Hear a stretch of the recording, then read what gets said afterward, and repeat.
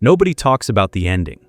Every spiritual teaching, every YouTube video, every book on the shelf is obsessed with the beginning, the crisis, the dark night of the soul, the shattering of everything you thought was real. But what happens after? What happens when the awakening finishes its work and you're just standing there, blinking, in whatever's left? That part gets ignored. And Carl Jung believed that was deliberate, because what happens when a spiritual awakening ends is so disorienting, so counterintuitive, and so profoundly strange that it makes most people think something has gone terribly wrong. Jung spent decades studying the full arc of psychological transformation, not just the dramatic opening chapters. He tracked patients through their entire individuation process, from the first crack in the ego all the way through to whatever waited on the other side. And what he found at the end of that process disturbed him, because it looked nothing like what anyone expected. The people who genuinely completed their awakening didn't glow. They didn't radiate peace or wisdom or some visible spiritual frequency. They'd become something else entirely, something quieter, something that made the people around them uncomfortable for reasons no one could articulate. Jung would have called this the post-individuation state, the psychological territory that exists after the major integration work is finished. And he observed that people in this state exhibited specific, measurable changes in how they related to reality, to other people, and to themselves. Changes so unusual that they were frequently misdiagnosed as depression, apathy, or emotional disconnection. But they weren't any of those things.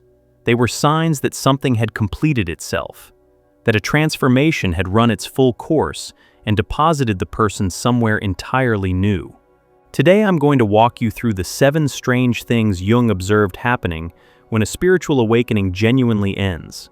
Not the Instagram version of post-awakening bliss, the actual lived reality of what it feels like when the fire burns itself out and you have to figure out who you are in the ashes. If you've been through an intense period of spiritual or psychological transformation, and something feels different now, quieter, almost too still, what I'm about to describe may be the most important thing you hear this year. Because you're not broken. You're not backsliding. You might be finished. And finished looks nothing like what they promised. The first strange thing that happens when your spiritual awakening ends is that the hunger disappears. Not gradually, not in stages. One day you wake up and realize you don't want to read another spiritual book. You don't want to watch another video about consciousness or shadow work or healing. The voracious appetite for spiritual knowledge that drove you for months or years simply isn't there anymore. And that absence feels alarming, like losing a sense you'd come to depend on. During awakening, most people develop an almost compulsive need to consume spiritual content. Every book leads to another book. Every concept opens a door to another concept. There's a desperation to the seeking, a feeling that the next teaching, the next framework, the next revelation will be the one that finally makes everything click. Jung observed this pattern in nearly every patient undergoing genuine transformation. He recognized it as the psyche's attempt to find language for what was happening inside it. The hunger wasn't really for information, it was for orientation. You were lost in the wilderness of your own dismantling, and you were grabbing at anything that might serve as a map. But when awakening completes, you don't need the map anymore. Not because you've memorized the territory, but because you've stopped being lost. The desperate quality of the seeking dissolves because the thing you were seeking has either been found or has revealed itself as something that was never lost to begin with. Jung noticed that patients reaching this stage would cancel appointments, stop mid-sentence during discussions about theory, lose the thread of conversations about archetypes they'd been obsessed with weeks earlier. They weren't rejecting the knowledge. It had simply been absorbed so completely that discussing it felt redundant. Like explaining breathing, you just do it now. This terrifies people because the hunger felt like proof they were on the path. Without it, they fear they've fallen off. But Jung understood this differently. He saw the end of seeking as the beginning of living. The knowledge has moved from your head into your bones. You don't need to study wholeness anymore because you're practicing it. You don't need to read about integration because you're doing it with every choice you make. The hunger was scaffolding. The building is standing now. The scaffolding comes down. The second strange thing is that your emotions become unnervingly level. Not flat, not numb, not the dissociative blankness that trauma creates. Something else. A kind of equilibrium that feels foreign after years of emotional intensity. You still feel things, but the wild swings are gone, the devastating lows, the manic spiritual highs, the overwhelming floods of emotion that used to knock you sideways for days. All of it has settled into something steady, and that steadiness feels almost suspicious. Jung documented this shift extensively, and he found it was one of the most misinterpreted aspects of completed awakening. Patients would come in worried they'd lost their ability to feel. Partners would complain that the person seemed detached or cold. Friends would ask if something was wrong because the emotional reactivity they'd come to expect had simply vanished. But when Jung examined these patients carefully, what he found wasn't emotional shutdown. It was emotional regulation so profound that it was unrecognizable to people who'd only ever known the person in their dysregulated state. Think about that for a moment.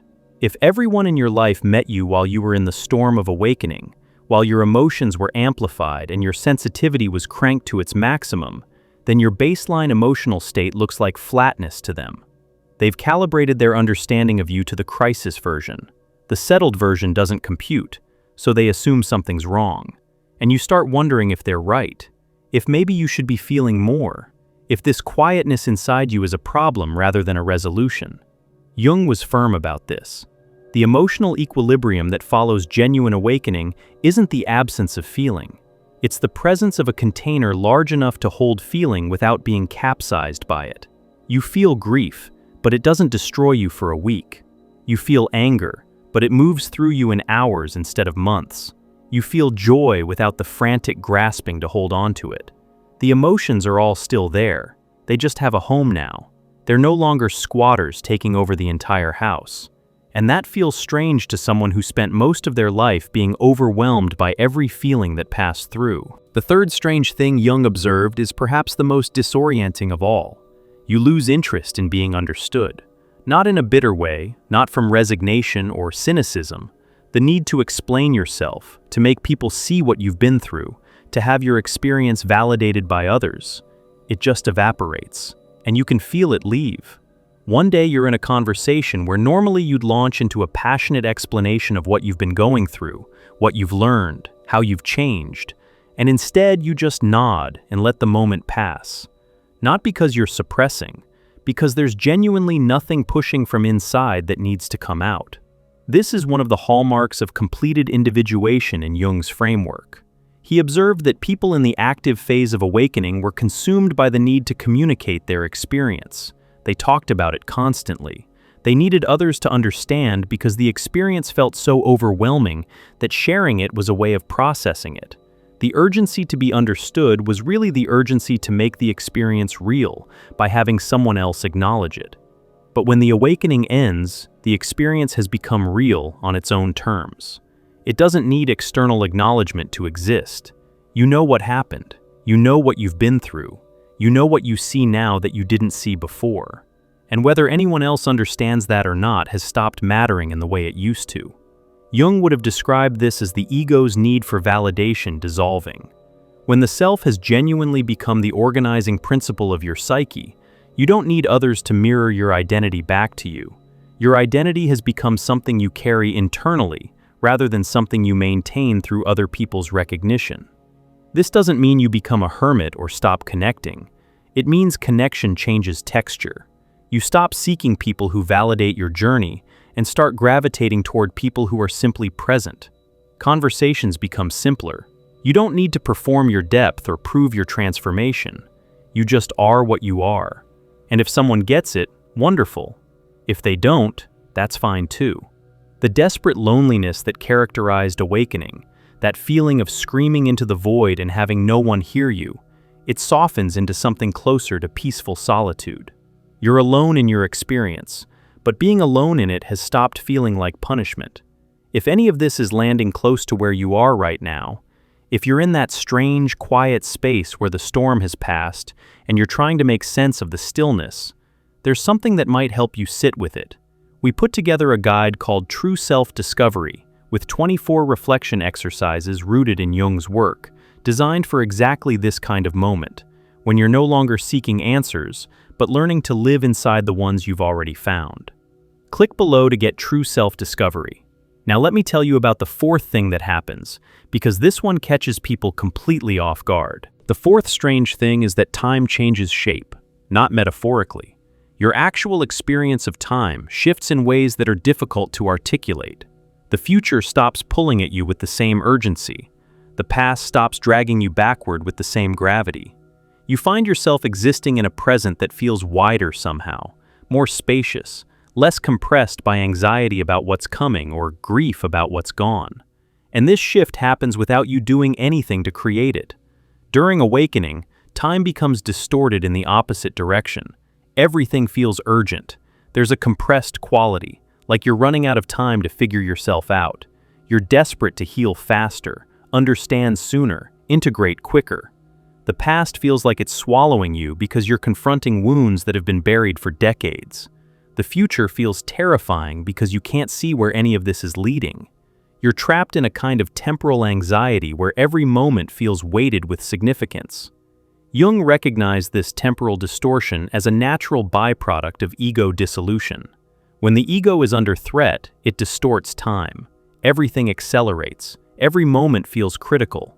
The psyche enters a survival mode where the present is never enough, where you're always either being pulled backward into memory or forward into fear. But when individuation completes and the ego settles into its new, decentralized role, time normalizes in a way that feels almost supernatural by comparison. You start noticing this in small ways first. You're sitting with your morning coffee, and you realize 15 minutes have passed without a single anxious thought about the day ahead. You're doing something mundane, washing dishes or walking to the store, and you notice you're not thinking about anything in particular. You're just there, present in a way that doesn't require effort or technique or meditation. The spaciousness isn't something you're creating through practice. It's something that arrived when the psychological compression of awakening finally released. Jung connected this to what he understood about the self as the true center of the psyche. When the ego runs the show, time is ego time, linear, pressured, always insufficient. When the self takes its rightful place, time becomes something else. Not that clocks change or physics bends, but your experience of being inside time transforms. There's enough of it now. You're not racing anywhere. The urgency that characterized your entire awakening has burned itself clean, and what's left is a relationship with the present moment that doesn't require spiritual practice to maintain. It's just how you experience being alive now. The fifth strange thing that happens is the quiet departure of people from your life. Not through confrontation, not through dramatic breakups or painful estrangements. People just drift. Relationships that felt essential during your awakening lose their gravitational pull. Friends you processed everything with stop calling, and you stop calling them back. Family dynamics that used to consume your emotional energy become background noise you can barely hear. And the strangest part is that none of this hurts the way you'd expect it to. Jung observed this phenomenon in patient after patient, and he recognized it as one of the most reliable signs that individuation was completing. During the active phase of awakening, relationships become intensely charged. You're drawn to specific people who mirror your process. You cling to anyone who seems to understand what you're going through. You engage in deep, almost addictive conversations about consciousness and healing and meaning. These connections feel like lifelines, and they are during that phase. They serve a real purpose. But when the awakening ends, the purpose has been served.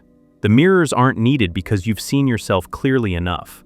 The lifelines aren't needed because you've learned to swim. And the relationships that existed primarily to serve the transformation have nowhere left to go. This isn't betrayal or abandonment, it's completion.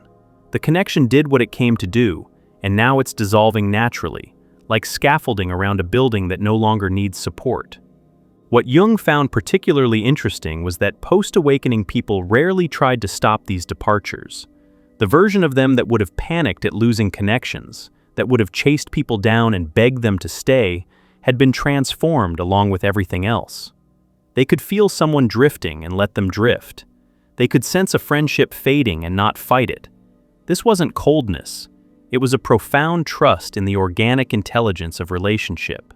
Some connections are permanent, many aren't, and the awakened person had stopped confusing attachment with love. New connections do form, but they're different in character. They tend to be simpler, less intense, more grounded. They don't carry the desperate quality of awakening-era friendships where every conversation felt like it was saving your life. They're just people you enjoy being around. People whose presence doesn't require processing or analysis or deep psychological excavation. And this simplicity, after years of everything feeling cosmically significant, is itself one of the strangest adjustments of all. The sixth strange thing is one that makes people genuinely uncomfortable to acknowledge. The signs stop. The synchronicities, the meaningful coincidences, the repeating numbers and perfectly timed messages and songs that played at exactly the right moment. The entire web of symbolic communication that felt like the universe speaking directly to you during your awakening. It goes quiet, and the silence is deafening. During awakening, synchronicities serve as confirmation. Your ego is dissolving, your identity is in free fall, everything you believed is being dismantled, and then you glance at the clock and it's 11:11. Or you're thinking about a decision and a song comes on that answers your question perfectly. Or you run into exactly the right person at exactly the right time. These moments feel like proof that you're on the right path. They're the universe's way of telling you to keep going when every part of you wants to stop. Jung took synchronicity seriously. He didn't dismiss it as pattern matching or confirmation bias. He recognized it as a genuine phenomenon where inner psychological states align with outer events in ways that carry meaning. But he also observed something that most spiritual teachings leave out. Synchronicity intensifies during periods of psychological upheaval and diminishes when integration completes. The signs aren't permanent features of awakened life. They're navigational aids that appear when you're lost and recede when you've found your way. This is devastating to people who'd come to rely on synchronicities as proof they were spiritually connected. Without the signs, they feel abandoned, cut off from whatever intelligence was guiding them. They wonder if they did something wrong, if they've fallen from grace, if the universe has stopped speaking to them. But Jung's framework suggests something entirely different. The signs stop because you no longer need them. You've internalized whatever navigation system they were providing. The guidance hasn't disappeared. It's moved from external events into internal knowing. You don't need the clock to show you 11:11 because you've developed the capacity to feel direction from inside yourself. This is a mature spiritual state, but it doesn't feel mature. It feels like loss, like the magic has been drained from the world. And in a sense, it has, but only the dependent kind of magic, the kind that required constant external confirmation to keep you moving. What replaces it is a quieter confidence in your own discernment. Not certainty, not the arrogant knowing of someone who thinks they've figured everything out. Just a steady sense of inner direction that doesn't need signs and wonders to sustain itself. You're navigating by something you can't name, and it's working, and the absence of fireworks doesn't change that. The seventh strange thing is the most paradoxical, and it's the one Jung found most fascinating. When your spiritual awakening ends, you feel ordinary, startlingly, almost aggressively ordinary. The specialness evaporates. The sense of being on a cosmic mission, of being chosen or called or destined for something extraordinary, it dissolves so completely that you can barely remember why you ever felt that way. You're just a person, doing regular things, living a regular life. And somehow, this ordinariness feels like the most profound thing that's ever happened to you. Jung understood this as the final surrender of spiritual ego. During awakening, there's an almost unavoidable inflation that occurs. You're seeing things others can't see. You're feeling things others can't feel. You're perceiving layers of reality that most people are blind to. And that differential creates a sense of specialness that, while understandable, is ultimately another form of ego. A spiritual form, dressed in humility, but ego nonetheless. The collapse of that specialness is terrifying while it's happening. Your identity is the spiritual one, the awakened one, the deep feeler, the old soul. It comes apart, and you're left with just you. Not the cosmic you, not the higher self you, just the human being who needs to eat breakfast and pay bills and figure out what to do on a Tuesday afternoon. Jung would have seen this as the ego finally finding its appropriate relationship to the self. Not inflated, not deflated, just right-sized. And right-sized, after years of spiritual inflation, feels tiny. But here's what Jung discovered in the people who made it through this phase without panicking and trying to reignite their awakening. The ordinariness was the destination the entire time. Not enlightenment, not transcendence, not some permanent state of cosmic consciousness. Just the ability to be a regular person, fully present to regular life, without needing it to be anything more than what it is. The person who can wash dishes and feel the water without needing it to be a mindfulness exercise. Who can walk to the store without narrating it as a spiritual practice. Who can sit with another human being without analyzing their energy field or detecting their shadow patterns. Who can just be. Not performing being, not practicing being, just being. Jung recognized this as the most difficult and most valuable achievement of the individuation process, because it requires surrendering everything the spiritual ego built, every identity, every framework, every sense of being different or more aware or further along. You come home to ordinary human experience, and you discover that ordinary human experience, fully inhabited without the distortions of ego or the drama of awakening, is more alive and more real than anything you encountered in your most transcendent spiritual moments. This is what makes the end of awakening so strange. Everything you went through, every dark night, every ego death, every shadow confrontation, every relationship that burned, every identity that collapsed, all of it was leading you back to something remarkably simple. The ability to live without performance, to experience reality without needing it to be spiritually significant, to be present without technique, to feel without drowning, to know without announcing. And if you're there right now, standing in the quiet aftermath of everything you've been through, wondering why nobody warned you that the end of awakening looks like this, Jung would want you to know something. You haven't lost anything. You've lost the need for things you never actually needed. The hunger for knowledge that was really a hunger for safety.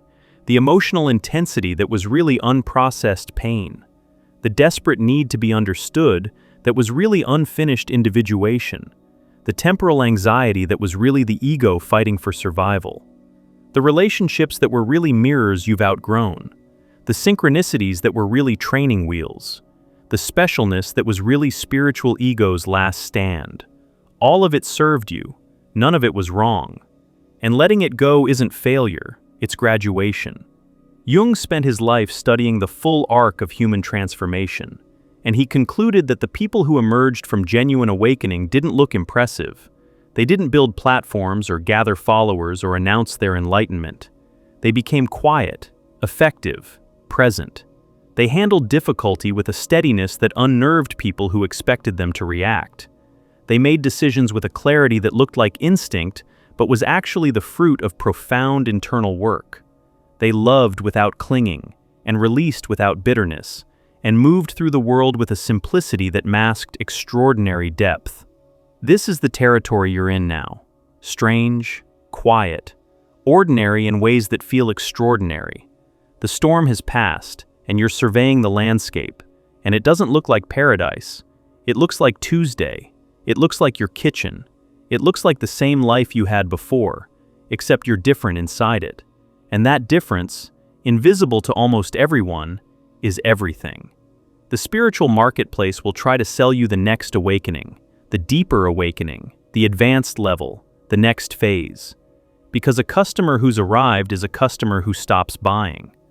But Jung would tell you something the marketplace never will. There's nowhere else to go. Not because you're stuck, but because you've arrived. Not at perfection, not at completion, not at some final destination where you'll never struggle again, but at yourself, the real one, the one underneath all the seeking and suffering and spiritual performance. That arrival doesn't look like what they promised. It's quieter, stranger, more ordinary, but it's real.